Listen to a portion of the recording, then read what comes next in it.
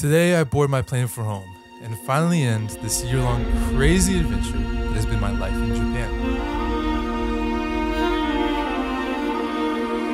It's hard to describe all the emotions that are going through my head, but what stands out to me most is how grateful I am for this once-in-a-lifetime experience. And I laugh at the fact that this entire journey started because I watched my first anime, Death Note. Not only did this series get me to fall in love with anime so much until it was a slightly unhealthy obsession, but it is what ultimately led me to decide that the only way I could be happy was by leaving all my friends and family and everything that I ever known to go to Japan so I could live out my anime dream life.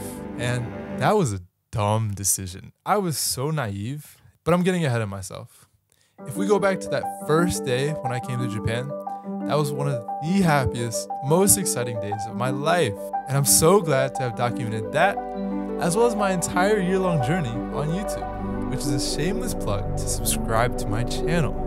Our goal is 100,000 subscribers. But like I was saying, when I first came here, everything I saw was the coolest thing ever, and I felt like I was in an anime. From the Japan grass to hearing people unironically speak Japanese, I was in paradise. That first visit to a kombini, after I had seen and heard about it so much, was unreal. The bidet toilets were also unreal, just not in a good way. But that first week in Japan was so fun. There was so much to do, so much to explore. I did end up losing my wallet and one of my cameras, but I also hung out with Jaden Smith, as well as Gox, one of my biggest YouTube inspirations. And I highly recommend visiting Japan one day, because you're gonna love it. And those first few weeks in Japan really are just magical. However, if you're someone who is not planning to be a tourist and will be here for the long term, you're gonna have a slightly different experience. This is the culture shock curve. It's a graph that describes, without fail, the journey you'll go through when living long term in a new country. It starts all happy and nice with the honeymoon phase, where everything is new and exciting because you're in a new country and it's just a party. And then life starts to get real, and your initial excitement starts to wear down. And one day you realize you're just sad and depressed. Sorry, I should explain more so you guys understand truly the situation. This is the hard truth. Life abroad is a lot harder than you expect it to be. The honeymoon period does not last forever. You quickly fall into the frustration phase. And this period was pretty tough for me, not gonna lie. These next couple minutes, I'm just gonna talk about it. What hit me hardest was realizing how much I took for granted and was just gone now. It was too late. My friends and family, my language skills, my ability to navigate the world around me, that was just all gone. This was the first time in my life that I felt like I didn't belong. And this was such a new feeling for me, which I thought was crazy because I'd been away from my family before. I've had to make new friends, but there was just something about doing that in a country on the other side of the world. Japan was just so confusing, so foreign, and from ordering food to taking out the trash, everything was 100 times more difficult. Especially making friends. Those first few months, I had never felt more lonely in my life. And it was weird because I'd meet people at school and I'd make friends, but I just didn't feel a sense of belonging or community to anyone. I didn't feel like part of a tribe, if you will. And it was only then that I realized how detrimental that was to my mental health and overall well-being. And it did not help that I was struggling heavy with class, more than I ever had before. And it was mainly because of Japanese class, which from the beginning was extremely fast-paced, very rigorous, and forcibly took over my entire life. Turns out learning a language is one of the hardest things you can do, especially if it's Japanese. There were so many moments that I regretted the day that I started watching anime, and wish I just stuck to Spanish. And on top of all that, it still gets worse because my YouTube channel was not going well, which was so heartbreaking because I was working so hard. I was doing so many things that had never been done before, like hiring a Japanese narrator to narrate my life like I was in an anime. And I'd been so confident that Japan would be my big break that I made a YouTube video predicting 100,000 subscribers by January 1st, 2024.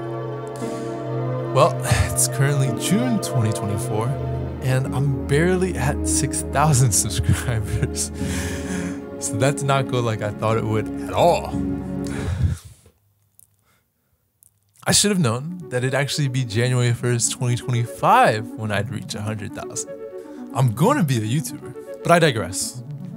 Going back to those first few months, when everything was going bad, I was faced with a decision. A very big decision.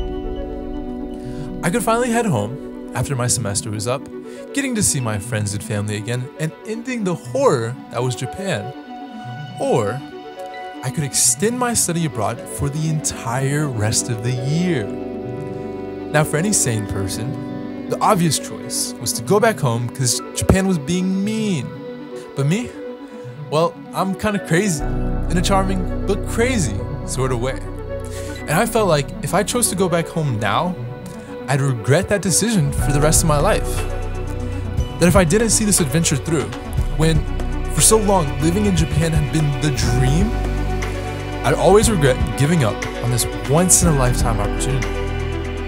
So, after a whole lot of soul searching, I decided to extend my stay for the rest of the year. And I'm so happy that I did. Because eventually life started to get fun. And every single one of those challenges that I faced turned me into the strongest person I've ever known. January is when things really changed for me. If you want to get all sciencey, this is when I went through the adjustment phase of the culture shock curve, which, as the name suggests, is a time when you start to adapt and adjust to your new life abroad. This is when I finally stopped feeling bad for myself and took back control of my life.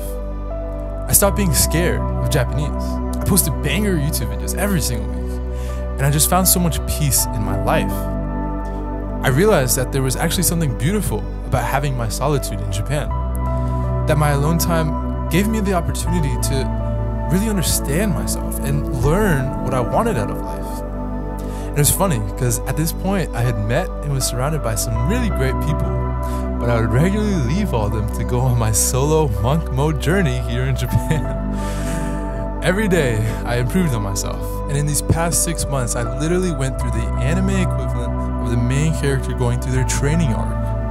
From figuring out the things that made me happy to learning Japanese, I learned so freaking much. Matter of fact, because I can speak it now, let me just switch to Japanese for a moment. この言語を学ぶことで成長したことは本当に信じられないほどで、自分が一番誇りに思う成果の一つです。日本に来た時、アニメから学んだ知識しかなかったので、読むことも書くことも話すこともできませんでした。バカとか他の恥ずかしいアニメのフレーしか知らなかったんです。だから基礎から始めて、アルファベット覚えて、漢字覚えて、文法学んで、動詞の数覚えて、本当に大変でした。でも、多分一番驚いたのは、たくさんの人生のスキルも一緒に学んだことです。達成不可能な目標を小さくて自己可能なステップに分かって毎日できるようにする方法を学びました。継続することの力も学び、長時間の疲れる作業をこなす忍耐力と規律も身につけました。最初の日本語の授業でほぼ落ちそうになったところから2つ目と3つ目の授業でトップクラスの生徒になれたことが本当に嬉しいです。一番ワクワクするのは英語の字幕なしで今見てるアニメ結構理解できることです。でもこれはまだ僕の日本語の旅の始まりに過ぎなくて、真の流暢さを達成するまでにはまだまだ道のりがあります。いつかネイティブのように日本語を話せるようになりたいと思っています。Okay, so that's my Japanese. Still needs a lot of work, but we're getting there. And if I can make a quick pivot, I just want to send a big thank you to all of you watching right now. I know I was just hating about only having 6,000 subscribers, but if 6,000 people filled a room, that would be one huge room. So shout out to all of you guys that have been along with me on this journey, even if it was for just 1 or 2 videos. Without you guys, I would have never had the energy or resilience to keep pushing through. For those of you that originally came here for Japan, but stayed for me, I promise you, the ending of this arc is just the beginning to the rest of our YouTube journey. And for those of you that will leave me as I leave Japan, it's been real, and I wish you guys well on your journeys. If you end up living in Japan or any other countries, as I have, you will eventually find yourself at the last stage of the culture shock curve, the acceptance stage. This is when you no longer need to adjust to anything because everything is just your normal life. Okay, enough stalling. I think it's time for me to finally leave Japan.